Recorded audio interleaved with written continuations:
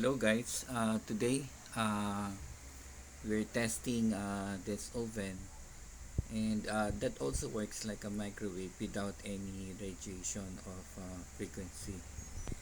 So you can see here, this is only 2,700 plus delivery since nasa Mindanao ako. So lumalabas na 3,100. So makita mo siya, hindi mo na kailangan ng lamp kasi maliwanag na maliwanag siya. Yung dalawang lamp dun sa taas, ayun yun. Tapos ang dami kong nire-reheat na food. So para siyang microwave, tingnan mo ganun kalinaw.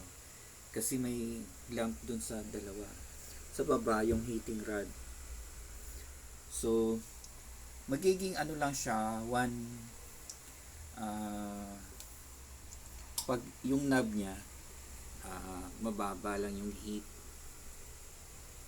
And it works like convention kasi yung pag tinaas mo yung heat niya, pati yung taas bumubukas.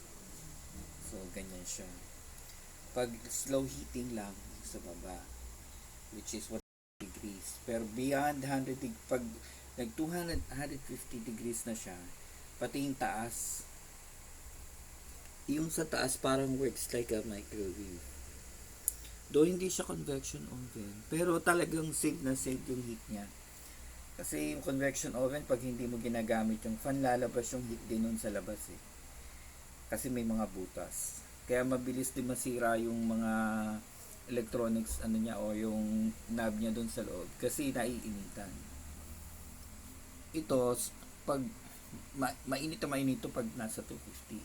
Pero pag nasa 150 lang, manageable yung heat niya.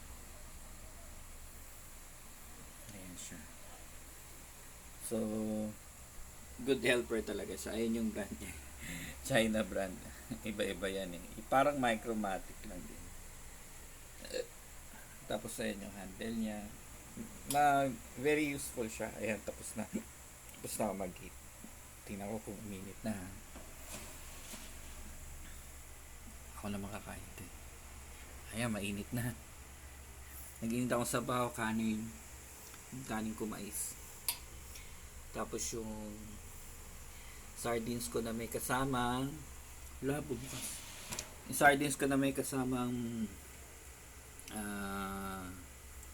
ano ba to, pipino patola, tapos miswa, tapos yung hotdog omelette ko na may eggplant hotdog omelette, tapos itong itlog.